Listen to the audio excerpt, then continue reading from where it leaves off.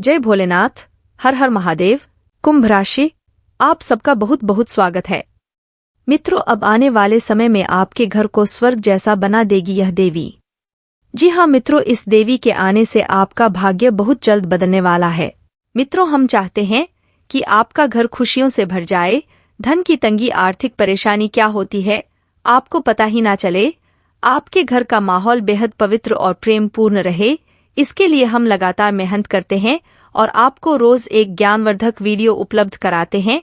इसके लिए हम आपसे बस इतना चाहते हैं कि आप हमारे हर एक वीडियो को पूरा देखा करें, क्योंकि हमारे वीडियो में केवल और केवल आपके लिए जीवन उपयोगी बातें होती हैं और ज्ञान होता है। जी हाँ दोस्तों, हम काफी लंबे समय से आपकी राशि को देखे चले आ रहे हैं और हम जानते हैं कि आपके जीवन में संघर्ष एक लंबे समय से चला आ रहा है। पैसे की परेशानी और रिश्ते नाते में उथल पुथल ने आपको परेशान कर रखा है। उनके समाधान के लिए आप तरह तरह के प्रयास भी करते आ रहे हैं, लेकिन अब तक आपको उचित लाभ प्राप्त नहीं हो पाया है। लेकिन दोस्तों, हम आपको जो भी उपाय बताते हैं वह कारगर होते हैं और हजारों लोगों पर ऐसे उपायों का प्रभाव पहले ही देखा जा चुका है, तो यह उपाय आपके ऊपर भी निश्चित कार्य करेंगे। जी हाँ दोस्तों, तो इसी क्रम में आज की इस वीडियो में हम आपको बताने जा रहे हैं कि आपकी वह कौन सी सबसे बड़ी भूल है जिसे आप लगातार करते चले आ रहे हैं, जिसने आपको कंगाली के दरवाजे पर लाकर खड़ा कर दिया है। आप कितनी ही मेहनत करें, कितने ही बड़े बड़े अरमान सजाएं, कितने ही बड़े बड़े काम करें, लेकिन आपका अंत में एक ही अंजाम होता है और वह होता है सिर्फ और सिर्फ परेशानी, हताशा और निराशा। जी हाँ दोस्तों, संघर्ष क्या होता है, परेशानियों से जूझना और आगे बढ़ना क्या होता है, यह कोई आपसे सीखे, क्योंकि भगवान ने आपको कुछ ऐसा हुनर दिया है कि आप बड़ी से बड़ी परेशानी में भी हिम्मत से काम लेना जानते हैं और आज नहीं तो कल उन परेशानियों से जूझकर बाहर निकलना भी आप जानते हैं। कुल मिलाकर कहा जाए तो आप एक मेहनती, सहनशील और आशावादी इंसान हैं। ऐसे में आपको सही मार्गदर्शन की बहुत आवश्यकता होती है। जी हाँ दोस्तों, आपकी राशि के जातकों में यह विशेष हुनर पाया जाता है कि यह हर एक कार्य को अपने तरीके से करना पसंद करते हैं और उनके अंदर आत्मनिर्भर बनने का एक अजीब सा जुनून होता है। जी हाँ दोस्तों, चाहे अपने जीवन यापन के लिए आप एक मजबूरी समझ कर करते हो, लेकिन अंत में इनकी मन में एक छोटी सी आस बनी रहती है कि आज नहीं तो कल इनका खुद का कुछ ना कुछ बड़ा या छोटा जैसा भी होगा कारोबार अवश्य होगा, जिसके मालिक वह स्वयं होंगे। जी हाँ दोस्तों, और इसी चक्कर में आप लोग कई बार ऐसे ऐसे कार्य कर जाते हैं कि आप बड़ी परेशानियों को मोल ले लेते हैं, लेकिन आप उन परेशानियों से लड़ना अच्छी तरह से जानते हैं और आप अपनी परेशानियों की जिम्मेदारी स्वयं पर लेना पसंद करते हैं। किसी को अपनी तकलीफों में शामिल करना आपको पसंद नहीं है। जी हाँ दोस्तों, आपके जीवन में कई बार ऐसे मौके आए हैं जब आप अकेले में अपने आंसुओं को लेकर बैठे हैं, लेकिन जब आप सबके सामने जाते हैं तो आपके चेहरे पर एक मुस्कुराहट ही होती है। इससे लोगों को कभी यह अंदाजा ही नहीं लगा पता कि आपके मन में क्या चल रहा है, आप किस भयंकर युद्ध से लड़ रहे हैं। जी हाँ दोस्तों, यह थी आपके जीवन के संघर्ष की छोटी सी एक झलक, लेकिन दोस्तों आपके जीवन का संघर्ष आने वाले समय में बहुत जल्दी समाप्त होने जा रहा है। जी हाँ दोस्तों, अब ग्रहों ने कुछ ऐसे योग बनाने शुरू कर दिए हैं कि आने वाला 1-1.5 साल का समय ऐसा रहेगा जो आपके जीवन में बड़े क्रांतिकारी बदलाव लेकर आएगा। लेकिन दोस्तों, हम आपसे फिर भी एक बात कहना चाहेंगे कि अंत में नक्षत्र हो, चाहे भगवान की ही कृपा क्यों ना हो, लेकिन मेहनत तो आपको ही करनी होगी, प्रयास तो आपको ही करने होंगे। अगर हाथ पैर हाथ धर कर बैठ जाएंगे तो कोई भी आपका साथ नहीं दे पाएगा। दोस्तों, आपको अपने जीवन में कुछ ना कुछ छोटे छोटे उपाय भी आजमाते रहने चाहिए, क्योंकि उपाय से हम अपने आसपास की ऊर्जा के वातावरण को शुद्ध करते हैं, स्वच्छ करते हैं। जी हाँ दोस्तों, इस वीडियो में हम आपको बताने जा रहे हैं आपकी वह कौन सी भयंकर गलती है जो आपको भयानक नकारात्मकता की ओर ले जाती है। जी हाँ दोस्तों, यह ज्ञान आपके पूजा घर से जुड़ा हुआ है। आपके पूजा घर में कुछ ऐसी चीज होती हैं जो आपके घर में, आपके जीवन में नकारात्मकता का प्रवेश करवाते हैं। इनके हमारे पूजा घर में होने से हर प्रकार से हमारे आसपास नकारात्मक वातावरण बन जाता है। खास तौर से हमारे घर का वातावरण बहुत ही अशुद्ध हो जाता है। यह नकारात्मकता इस हद तक बढ़ जाती है कि आपस में झगड़ा होने लगते हैं, लोगों में आपसी प्रेम कम होने लगता है और सबसे बड़ी बात यह है कि घर में हमेशा हमेशा के लिए आर्थिक तंगी, यह यूं कहीं की दरिद्रता का वास हो जाता है। तो ऐसे में आपके लिए यह जानना बेहद आवश्यक है कि कौन सी है वह चीज है जो आपके पूजा घर में किसी भी हालत में होनी नहीं चाहिए। यदि आपके पूजा घर में भी है तो आपको उन्हें निश्चित ही निकाल कर बाहर कर देना चाहिए। अपने घर में भी उन चीजों को आपको नहीं रखना चाहिए। जी हाँ दोस्तों, तो आज के इस वीडियो की शुरुआत करते हैं, लेकिन इससे पहले आपसे एक निवेदन है कि कमेंट में पूरे भक्ति भाव के साथ जय मां भद्रकाली लिखना ना भूले। माता आपका कल्याण करेंगी, आपका उद्धार होगा। तो चलिए दोस्तों वीडियो की शुरुआत करते हैं। दोस्तों, हम जाने अनजाने अपने जीवन में कुछ चीज ऐसी अपने पास रख लेते हैं जिनकी नकारात्मकता हमें लगातार परेशान करती रहती है। फिर हम बैठकर यह सोचते हैं कि हमारे कार्य तो बहुत अच्छे हैं, मेहनत भी लगातार कर रहे हैं, लेकिन अब ऐसा क्या हो गया कि हमारी तरक्की रुक गई है, पैसे की आवक कम होती जा रही है और आपस में झगड़ा और मेलजोल भी काम होता जा रहा है। आखिर इस बात का कारण क्या है? लेकिन हम कितना भी इस विषय पर विचार कर लें, लेकिन हमारा ध्यान उन चीजों की ओर जा ही नहीं सकता है, क्योंकि यह हमारी ऐसी गलतियां हैं जो हमें कभी दिखाई नहीं देती है और कभी कभी हमारी अज्ञानता भी इसका कारण बनती है। इसलिए दोस्तों, हमारा आपसे बस यही कहना है कि आप इस वीडियो को पूरा देखिए, आपको अद्भुत ज्ञान प्राप्त होगा। जी हाँ दोस्तों, तो सबसे पहले हम बात करेंगे कि आपके पूजा घर में कौन सी वह चीज है जो लगातार आपके जीवन में नकारात्मकता का प्रवेश करवा रही है और आपकी तरक्की में, आपकी उन्नति में बाधा का काम कर रही है। जी हाँ दोस्तों, और इसमें से आखिरी की दो चीज तो ऐसी है जो लगभग हर एक इंसान के पूजा घर में निश्चित ही होती है, लेकिन हम आपको बता दें कि शास्त्रों में इन चीजों को अपने पूजा घर में रखना, भगवान के समीप रखना बिल्कुल ही मना है। अपने पूजा घर में किसी भी कीमत पर नहीं रखना चाहिए। आप घर में ही कहीं और रखें, लेकिन पूजा घर में न रखें। तो वीडियो को ध्यान से देखें और सभी बातों को ध्यान से समझने का प्रयास करें। दोस्तों, सबसे पहले चीज जो हमारी पूजा घर में होती है और हमारे जीवन में नकारात्मकता का प्रवेश करवाती है, वह होती है किसी भी देवी या देवता की मूर्ति या फोटो विषम संख्या में होना। जी हाँ दोस्तों, ऐसा अक्सर होता है कि हमारे पूजा घर में किसी एक देवी देवता की मूर्ति या फोटो विषम संख्या में पाई जाती है। जैसे कि हम भगवान भोलेनाथ की यदि पूजा करते हैं तो उनसे हम बहुत प्रेम भी करने लगते हैं। फिर उनसे प्रेम की अधिकता के कारण हम अपने पूजा घर में उनकी कभी कभी 3 फोटो 5 फोटो इस प्रकार से रख लेते हैं, और शास्त्रों में भी इसका निषेध है। दोस्तों, यदि आपको अपने पूजा घर में किसी देवी या देवता की मूर्ति या फोटो रखनी है तो आप एक ही मूर्ति या फिर फोटो रखें। और दोस्तों, मूर्ति रखने का भी विशेष विधान होता है कि हम किसी भी आकार की मूर्ति नहीं रखते हैं। मूर्ति धातु की होनी चाहिए, 4 अंगुल से छोटी होनी चाहिए और अंदर से ठोस होनी चाहिए, तभी वह मूर्ति पूजनीय होती है। यदि हम खोखले मूर्ति की पूजा करते हैं तो बेहद अनिष्ट कार्य है। देवताओं की पूजा होने की बजाय हमें उनकी बुरी दृष्टि का सामना करना पड़ता है। जी हाँ दोस्तों, अब दूसरी चीज जो आपके पूजा घर में किसी भी कीमत में नहीं होनी चाहिए, अगर होनी चाहिए तो उसका स्वरूप अलग होना चाहिए, और वह है हनुमान जी की खड़ी आकार की मूर्ति। यानी कि जिस मूर्ति में हनुमान जी खड़े हैं वह मूर्ति आपको अपने पूजा घर में रखनी नहीं चाहिए। हनुमान जी यदि बैठे हैं वह मूर्ति बहुत ही शुभ मानी जाती है, और इससे बेहतर आप सीधा राम दरबार की मूर्ति अपने पूजा घर में रखें जिसमें हनुमान जी बैठे हुए हैं, प्रभु श्री राम के चरणों में उनसे आशीर्वाद ले रहे हैं।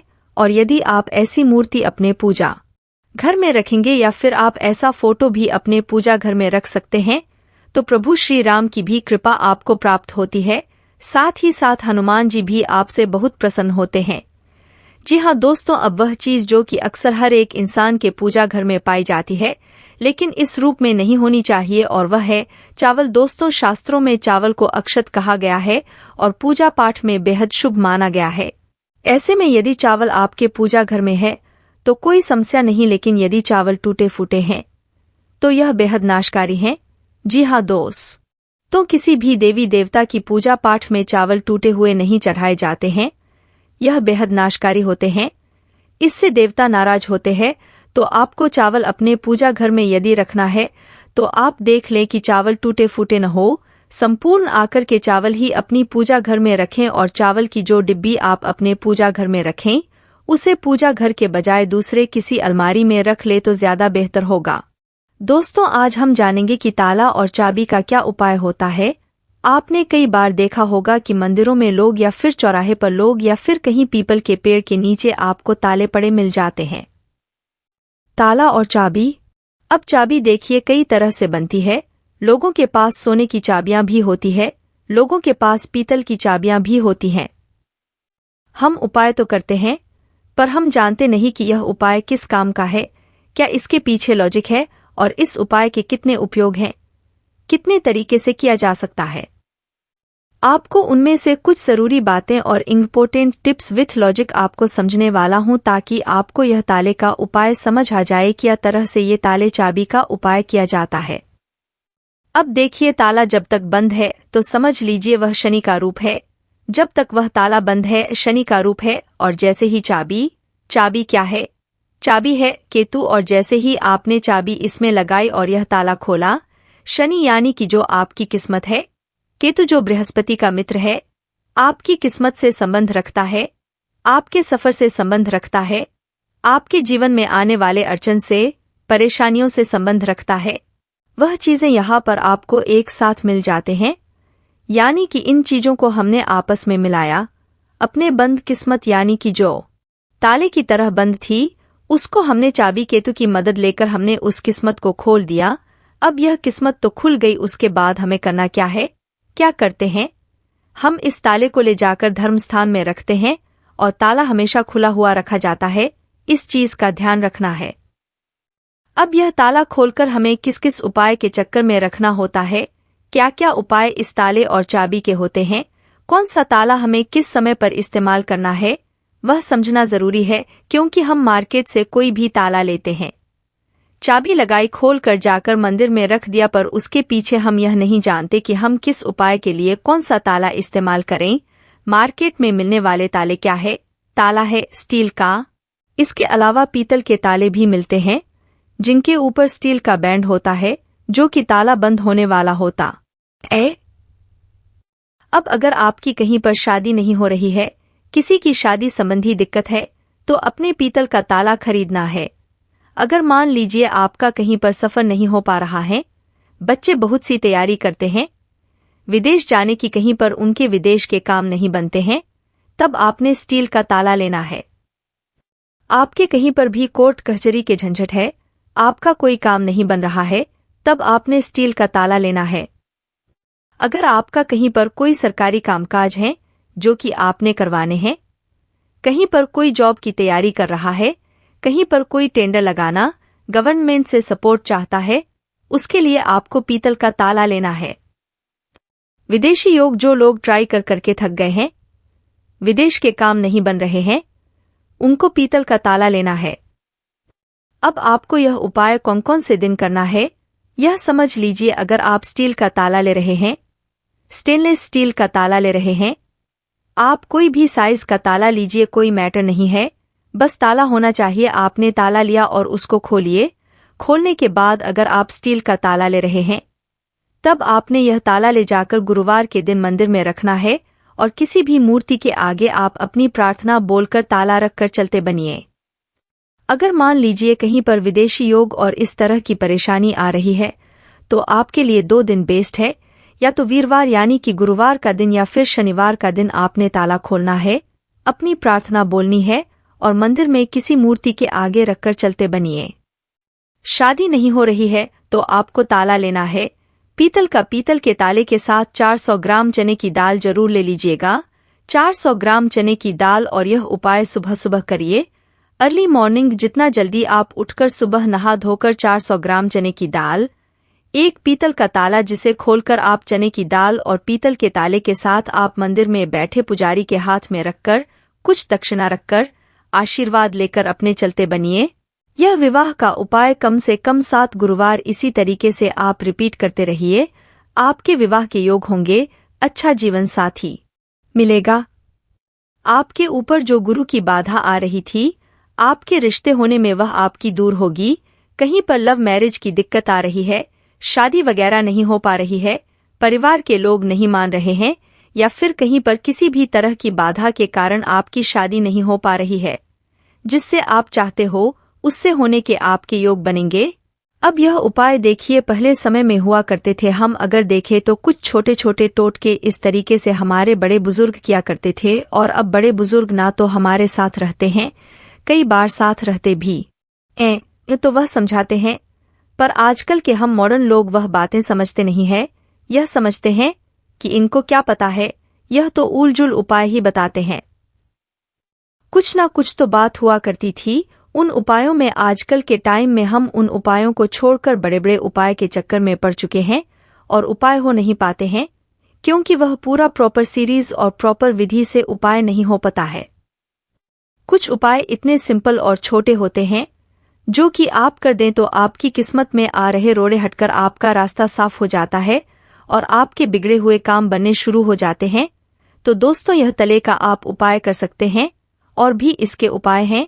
तले का कई बार चौराहे पर लोग फेंकते हैं, तो चौराहे पर बिल्कुल मत फेंकिए, आप ताले को धर्म स्थान में ही दीजिए। चौराहा शनि का कहलाता है और लोग ताला खोलकर या बंद कर कर भी कई लोग फेंकते हैं। चौराहे पर फेंका हुआ ताला किसी उपाय के काबिल नहीं होता है। हमें ग्रहों को शुभ करना है। शुभ करने के लिए किसी ग्रह से संबंधित चीज को अगर हम धर्म स्थान में पहुंचाते हैं तो वह अच्छी होती है और शुभ होती है। उसके नेगेटिव प्रभाव दूर होते हैं और पॉजिटिव प्रभाव जो हमको लेने होते हैं वह बढ़ते हैं। एग्जाम्पल के तौर पर समझिए कि अगर मान लीजिए किसी को सांप ने काट लिया, तो जैसे कहते हैं जहर को मारने की दवा भी जहर होती है। अगर मान लीजिए कोई ग्रह जहरीला है, तो उसके जहरीले तत्वों को हम किस तरीके से पॉजिटिव करके उससे अच्छे रिजल्ट ले, इन तरीकों को समझना जरूरी होता है। और वही तरीका बेस्ट होता है जो ग्रह की तासीर को भी खराब ना करें और ग्रह के पॉजिटिव रिजल्ट भी हमको दिलवाता रहे।